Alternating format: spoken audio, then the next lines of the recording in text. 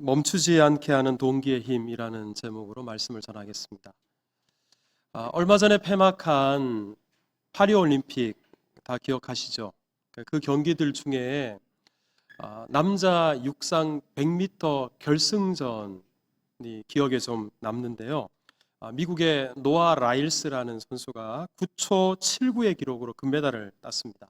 하지만 여러분 사진을 보시듯이 1등, 2등이 차이가 사실상 없어요. 실제로 기록에도 9초 79로 1등, 2등이 똑같습니다. 육안으로는 구분할 수 없고요. 사진 판독으로 2위 선수와 0.005초 차로 챔피언이 됐어요. 이 경기를 보면서 역사상 100m의 압도적인 챔피언이었던 자메이카의 우사인 볼트가 갑자기 그리워졌습니다. 왜냐 그러면 우리 그 다음 사진을 보시면 우사인 볼트가 우승하는 장면인데 세계에서 내노라하는 선수들이 결승전에서 달렸는데도 2위 그룹과 현격하게 차이가 있죠. 우리 더더구나 우리 이때 세운 기록이 9초 58, 지금도 깨지지 않는 세계 기록인데요. 마지막에 결승점을 저기 앞에 남겨두고 세레모니를 하고 있어요. 고개를 이렇게 돌리고 힘을 빼고 달립니다. 그래서 많은 이들이 만약에 세레모니를 하지 않았더라면 기록이 훨씬 더 좋았을 텐데 라고 아쉬워하죠. 우사인 볼트는 2008년에 베이징 올림픽 때, 그리고 12년 런던 올림픽 때, 16년 브라질 리우 올림픽 때 세계 대회 연속으로 100m에도 금메달, 200m에도 금메달, 3연패, 올림픽 3연패라는 그 누구도 도달하지 못한 전대미문의 업적을 남겼습니다. 그런 볼트가 우리 지난 2017년 30살이 채 되기도 전인 어린 나이에 은퇴를 선언했습니다. 많은 사람들이 아쉬워했고요. 도대체 왜 이렇게 젊은 나이에 그만두나 사람들이 궁금해했습니다. 그 이유를 우리 볼트가 TV 프로그램에 출연해서 밝혔는데요. 이렇게 말을 합니다. 나는 내가 하고 싶은 걸 다 이루었습니다. 더 이상의 동기가 없습니다. 이렇게 말을 했어요. 우사인 볼트의 처음 목표는 100m, 200m 세계 기록을 갈아치우는 것이었어요. 그런데 금방 이루었죠. 이것을 이룬 후에는 누구도 하지 못한 올림픽 3연패를 이루고 싶다.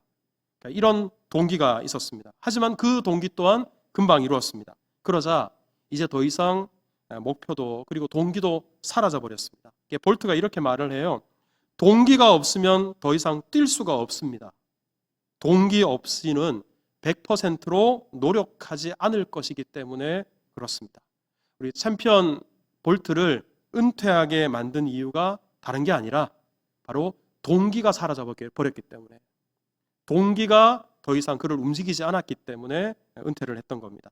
우리 동물은 우리 보통 생존 본능에 따라 살아간다고 하죠.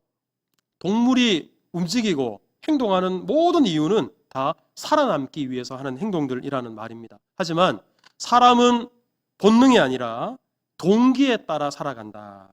그렇게 말을 합니다. 하고 싶고, 되고 싶고, 이루고 싶고, 그리고 내가 해야 하는 이런 동기에 따라 우리 모두는 살아가는 것입니다. 우리 동기를 영어로 모티브라고 하는데요. 이 말이 라틴어 모티버스라는 말에서 나왔어요. 그 뜻이 뭐냐 그러면 움직이게 한다 이 말이에요.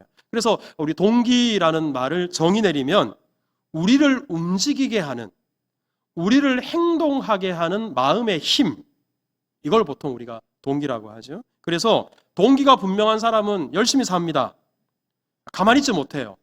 하지만 마음속에 동기가 없는 사람은 뭘 해도 의욕이 없어요. 마지 못해서 해요.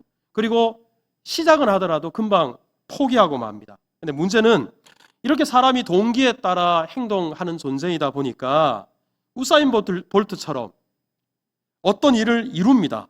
그냥 더 이상 동기가 없으니까 우울감이나 허무함을 느끼기도 하고요. 또 어떤 분들은 이런 동기 저런 동기를 가지고 나름 열심히 살아요. 하지만 번번이 잘 안 돼요. 실패가 반복돼요. 그러다 보니까 또 그것 때문에 또 우울해지고 그것 때문에 삶의 의욕을 잃어버리기도 합니다. 그러니까 동기대로 잘 되어도 문제고 동기대로 되지 않아도 문제인 것이 바로 우리 연약한 우리 인생이죠. 그러니까 이것은 저 스스로도 늘 경계하고 있는 부분인데요. 만약 제가 목회하면서 하는 일마다 제 계획대로, 제 동기대로 다 이루어진다고 생각해 보십시오.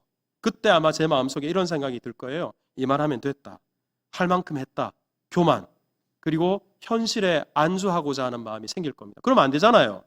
그런데 동기대로 뜻대로 다 되다 보면 저 또한 그렇게 될 수 있어요. 또는 뭘 하려고 하는데도 번번이 잘 안 돼요. 자, 우리 합시다. 그런데 성도들이 아무도 안 따라와요. 교회에 아무런 변화가 일어나지 않는다고 치십시다. 그럴 때 제 마음속에 이래도 안 되고 저래도 안 되는 거 그냥 뭐 될 대로 되라지. 이렇게 자포자기의 마음으로 목회하게 될 겁니다. 여러분, 이런 패배의식에 사로잡혀서 의욕 없이 제가 목회한다고 생각해 보세요. 저도 불행하고 아마 여러분들도 불행할 것입니다. 우리 그래서 잘 되어도 못 되어도 변함없이 흔들림 없이 살게 하는 진정한 동기는 없을까? 우리 신앙생활이라는 것이 졸업이 없는데 우리 하나님께서 영원한 하나님 나라에 부르실 때까지 중단 없이 달려가야 하는데 잘 되더라도 그렇지 않더라도 흔들리지 않고 선한 동기에 따라 우리가 행동하고 우리 살아가는 그런 진정한 동기란 없을까? 이렇게 고민하면서 성경을 보다 보니까 우리 오늘 본문 속에서 잘 되어도 못 되어도 끝까지 동기에 사로잡혀서 흔들림 없이 불꽃처럼 살아갔던 한 인물을 만나게 되었습니다. 그 사람이 누구냐 그러면 바로 사도 바울입니다. 자, 우리 오늘 본문에 바울이 이렇게 고백해요. 자, 우리 13절, 14절을 우리 같이 연속해서 한번 읽어볼까요? 다 같이 시작. 형제들아, 나는 아직 내가 잡은 줄로 여기지 아니하고 오직 한 일, 즉 뒤에 있는 것은 잊어버리고 앞에 있는 것을 잡으려고 표대를 향하여 그리스도 예수 안에서 하나님이 위에서 부르신 부름의 상을 위하여 달려가노라. 우리 여러분, 이 두 구절을 읽으면서 우리 바울 마음속에 가득 차 있던 결연한 의지, 분명한 동기, 중단하지 않고 흔들림 없이 달려갔던 바울의 삶을 우리가 이것을 엿볼 수 있지 않습니까? 우리 빌립보서는 우리 바울이 3차에 걸친 선교여행을 다 마친 이후에 로마의 가택연금 상태에 있을 때 쓴 편지입니다. 이때 당시 바울의 나이가 60이 넘었을 그런 나이예요. 여러분, 요즘은 60도 청춘이잖아요. 하지만 이때 당시는 60 그러면 노인입니다. 그러니까 이 고령에 자기 몸까지 지금 사실상 감옥에 갇혀 있는 것과 다를 바가 없었습니다. 그러니까 지금까지 바울은 예수님을 만난 이후 30년이 넘는 시간 동안에 지금의 튀르키예, 그리스, 마게도냐 이런 나라들을 비롯한 유럽을 누비면서 복음을 전했고요. 가는 곳마다 교회를 세우고 수많은 사람들에게 예수님을 전했습니다. 그것도 모자라서 우리 신약 성경이 27권인데 무려 그 중에서 13권을 바울이 썼어요. 그러니까 신약 성경 전체의 절반 가까운 성경을 사도 바울 한 사람이 썼다라는 말입니다. 여러분, 기독교 역사 이래 바울처럼 위대하게 쓰임 받은 사람이 또 없어요. 오죽하면 오늘날 기독교는 바울이 없었으면 존재할 수 없었을 것이다. 이렇게 말할 정도입니다. 바울 한 사람 때문에 얼마나 많은 나라, 얼마나 많은 민족이 복음을 들었습니까? 바울 한 사람 때문에 여러분, 오직 믿음으로 구원받는다는 것이 이신칭의거든요. 이신칭의가 기반이 된 구원론, 기독론, 교회론, 성령론, 종말론, 여러분 이 모든 현대신학의 뼈대를 다름 아니라 우리 바울이 그의 서신을 통해서 우리에게 전해주었습니다. 여러분, 이 정도면 자신이 이룬 엄청난 업적에 도취해서 그래, 이만하면 됐다, 할 만큼 했다, 중단할 법해요, 멈출 법해요. 하지만 13절에 바울이 이렇게 말을 합니다. 나는 아직 내가 잡은 줄로 여기지 아니하고, 아직까지 자기는 멈출 수 없다는 거예요. 자기는 아직까지 자기의 사명을 다 감당하지 못했다는 거예요. 그러면서 하는 말이 한번 따라해 보세요. 지금까지 한 일, 뒤에 있는 것은 잊어버리고. 여기에서 지금까지 한 일, 그리고 뒤에 것은 잊어버린다라는 이 말 속에는 두 가지 정도 의미가 담겨 있어요. 먼저는 앞서 말씀드린 지금까지 자기가 이룬 업적들, 이것을 더 이상 기억하지 않겠다라는 말입니다. 왜냐 그러면 거기에 도취되어 있으면 교만할 수 있거든요. 그리고 안주하느라 더 이상 한 걸음도 앞으로 나아가지 못하게 되거든요. 그러니까 지금까지 한 일 다 잊어버리겠다.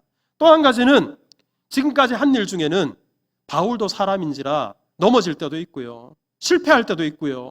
죄 가운데 또 허물 가운데 사로잡혀 있었을 때도 있었습니다. 여러분, 바울이라고 왜 허물이 없겠어요? 바울이라고 왜 실패가 없었겠어요?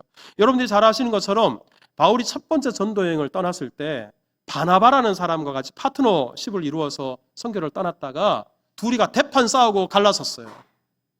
그럼 바울도 우리처럼 똑같이 싸웁니다. 바울 연약함이 있는 거죠. 또 건강해야 더 힘있게 복음을 전할 수 있지 않겠습니까? 그건 자기 몸에 병이 있어요. 사생결단을 각오로 하나님께 간절히 3번이나 기도했는데 하나님이 그 기도에 응답해 주지 않으셨어요. 좌절, 그리고 여전히 연약함을 안고 있었습니다. 이게 실패죠. 어떻게든 바울은 자기가 유대인이기 때문에 유대인들에게 복음 좀 전해보려고 가는 곳마다 유대인 회당을 찾아가서 유대인들에게 복음을 전했습니다. 하지만 유대인들이 복음을 받아들이기는커녕 오히려 번번이 거절당했고요. 계속해서 대적하는 사람들만 늘어났습니다. 가는 곳마다 바울을 따라다니면서 회방하는 사람들도 점점 늘어갔고요. 바울을 죽이기 전에는 나 먹지도 않겠다, 마시지도 않겠다, 이런 결사대까지 만들어서 바울을 위협했습니다. 그럼 바울에게는 이런 실패, 이런 연약함, 이런 부족함들이 동일하게 있었습니다. 그런데 여러분, 이것들 다 기억하지 않겠다 그랬어요. 여러분, 사실 이쯤 되면 그만두고 싶었을 것 같아요. 중단하고 싶었을 것 같아요. 포기하고 싶었을 것 같아요. 더구나 우리 보통 바울이 순교했을 때 나이가 한 65세 전으로 봐요. 그러니까 지금 바울이 이 빌립보서를 기록하고 나서 불과 5년 어간에 바울은 죽었습니다. 살 날이 5년밖에 안 남았어요. 여러분, 이 노인이 나 열심히 살았으니까, 지금까지 열심히 달려왔으니까 이제 좀 쉬란다, 여러분, 이렇게 말한들 누가 바울을 향해 손가락질 할 수 있었겠습니까? 하지만 바울은 말합니다. 뒤의 것, 지금까지 한 일은 다 잊어버리고 앞에 있는 것을 향하여서, 표대를 향하여서 나는 달려가노라. 그러니까 자기는 앞으로도 해야 될 일이 있는데 그 일을 계속해서 해나갈 것이다. 그것도 달려갈 것이다. 적당히 하는 게 아니라 열심히 할 것이다. 뛰어갈 것이다. 바울이 그렇게 말을 했습니다. 16절도 마찬가지인데요. 자, 16절 한번 볼까요? 같이 읽습니다. 시작. 오직 우리가 어디까지 이르렀던지 그대로 행할 것이다. 지금 내 수준이 어느 정도인지, 내가 지금까지 무엇을 이루었던지, 무엇을 못 이루었던지 간에 지금까지 해왔던 그대로 나는 여전히 한결같이 달려갈 것이다. 바울이 그렇게 선언을 했습니다. 자, 그러면 도대체 바울의 마음속에는 무엇이 들어있길래 이렇게 바울로 하여금 흔들림 없이, 변함 없이, 나이가 들어도, 몸은 만신창이가 되어도, 그리고 이미 이룬 업적이 많은데도, 그리고 숱한 실패에도 불구하고 멈추지 않고 불꽃처럼 계속해서 달려갈 수 있었던 것일까? 저는 그 이유를 12절에서 찾았는데요. 자, 우리 12절을 한번 읽어볼까요? 다 같이 시작. 내가 이미 얻었다 함도 아니요 온전히 이루었다 함도 아니라 오직 내가 그리스도 예수께 잡힌 바 된 그것을 잡으려고 달려가네요. 여러분, 이 말을 쉽게 말하면 바울은 자기가 지금 예수님께 붙잡혀 있대요. 예수님께서 바울을 붙잡고 놓지 않으시는 겁니다. 이것도 좀 다르게 표현하면, 그렇기 때문에 예수님의 마음이 지금 바울 자기의 마음이래요. 그리고 예수님의 소원이 자기 마음속 동기와 똑같대요. 이렇게 말하는 것과 같습니다. 여러분, 이것을 빌립보서 1장 8절에는 바울이 어떻게 말을 하냐 그러면, 내가 예수 그리스도의 심장을 가졌다 그랬어요. 바울의 마음속이 예수님의 마음과 똑같고, 바울에게 있는 열정이 예수님을 향한 예수님의 열정, 예수님의 소원과 같다라고 말을 하는 겁니다. 여러분도 잘 아시는 것처럼 바울은 일찍이 유대교 골수분자였어요. 교회를 싫어했고요, 그리스도인들을 철천지 원수라고 생각을 했습니다. 그래서 교회와 기독교인들을 그렇게 핍박하고 다녔는데, 그런 복음의 원수된 자기를 부활하신 예수님께서 찾아오셨어요. 찾아오셔서 만나주신 것뿐만 아니라 사도로 삼으시면서 바울에게 예수님께서 하신 말씀이 있어요. 사도행전 26장 17절을 한번 보세요. 우리 같이 읽겠습니다. 시작. 이스라엘과 이방인들에게서 내가 너를 구원하여 그들에게 보내며, 우리 예수님께서 바울을 만나주시고 구원해 주셨을 뿐만 아니라 이 바울을 이스라엘과 이방인들에게 보내신대요. 왜 보내시는가? 그 다음 18절입니다. 같이 읽을까요? 시작. 그 눈을 뜨게 하여 어둠에서 빛으로, 사탄의 권세에서 하나님께로 돌아오게 하고 죄사함과 나를 믿어 거룩하게 된 무리 가운데서 기업을 얻게 하리라 하더이다. 여러분, 이게 무슨 말이냐 그러면 아직도 흑암과 같은 사망의 그늘 가운데 있는 사람들이 있대요. 그 사람들을 빛 대신 예수님께로 인도해야 돼요. 아직도 사탄의 권세에 매여서 죽음의 종로로 타고 있는 사람들이 부지기수예요. 그 사람들, 진정한 자유를 주시는 예수님께로 인도해야 돼요.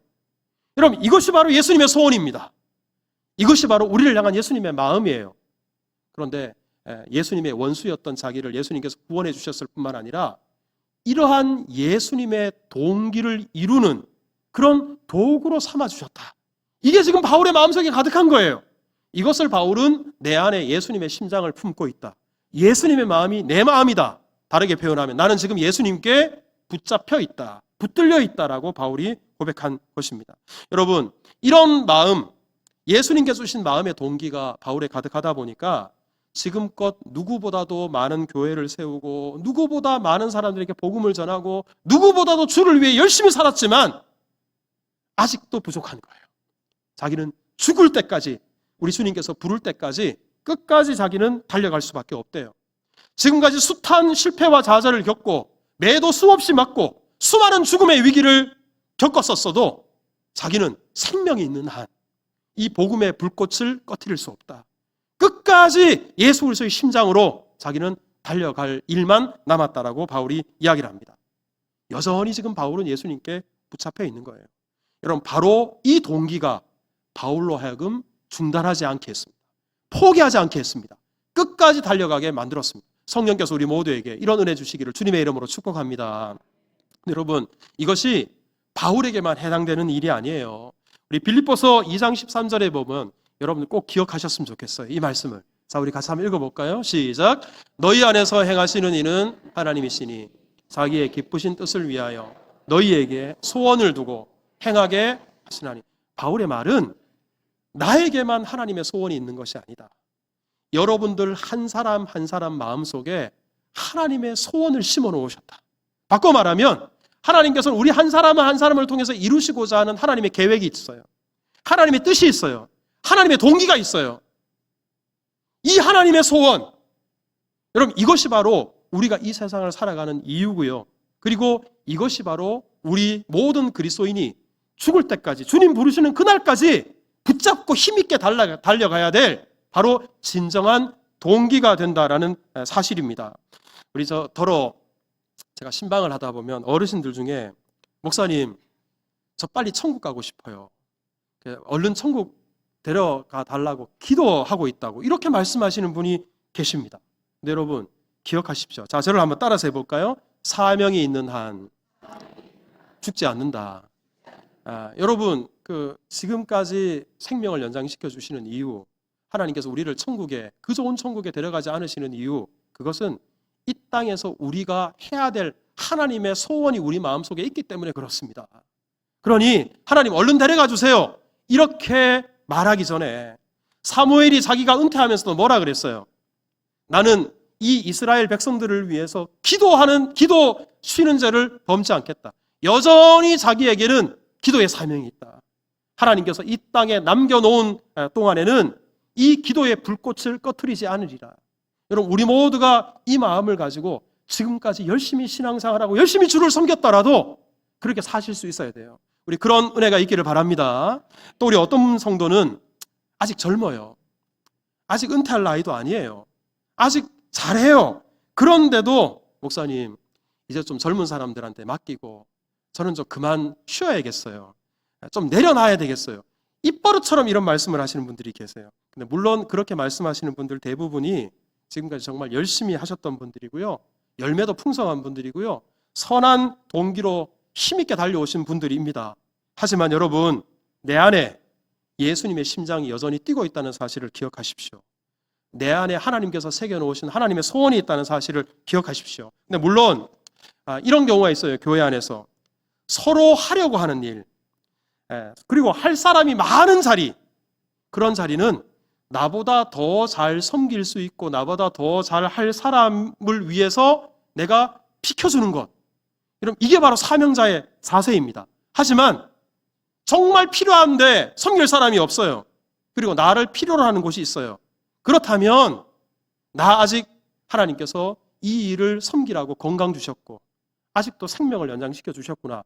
이 사실을 기억하고 우리 주님 부르실 때까지 그 일을 끝까지 감당하는 거예요.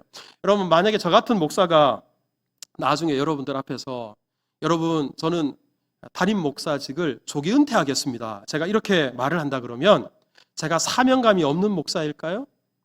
저는 그렇게 생각하지 않습니다. 왜냐 그러면 담임 목사 할 사람이 너무 많아요. 그리고 저보다도 훌륭한 목사님이 제가 보니까 정말 널렸습니다. 그러니까 서로 하려고 하는 일, 저보다 더 잘할 수 있는 사람이 있다면 비켜주고, 그리고 제가 꼭 필요한 곳에 가서 섬길 수 있다면 여러분, 그게 바로 사명자가 해야 될 일 아니겠어요?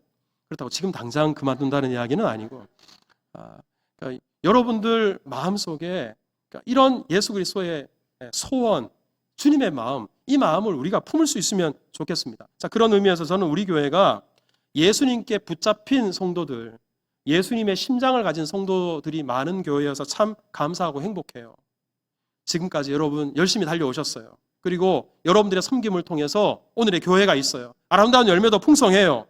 하지만 그렇다 그래서 이만하면 됐다, 교만하거나 안주하거나, 사명이 있는데도, 내 안에 예수님의 심장이 뛰고 있는데도 우리 스스로 중단하지 말고, 멈추지 말고 우리 사도 바울의 이 마음을 품고 표대를 향해서 끝까지 달려가리라, 이렇게 주를 위해 쓰임받는 우리 모두가 될 수 있기를 주님의 이름으로 축복합니다. 우리 마지막으로, 또 반대로 성도들 중에는 신앙의 권태를 느끼시는 분들이 계실 수 있어요. 지금까지 예수님을 믿고 살아도, 신앙생활을 열심히 해도 자기가 생각하기에 별로 열매가 나타나질 않아요. 상황도 달라지질 않아요. 그야말로 찬송 가사처럼 이 눈에 아무 증거 아니 보이고 이 귀에 아무 소리 아니 들려요.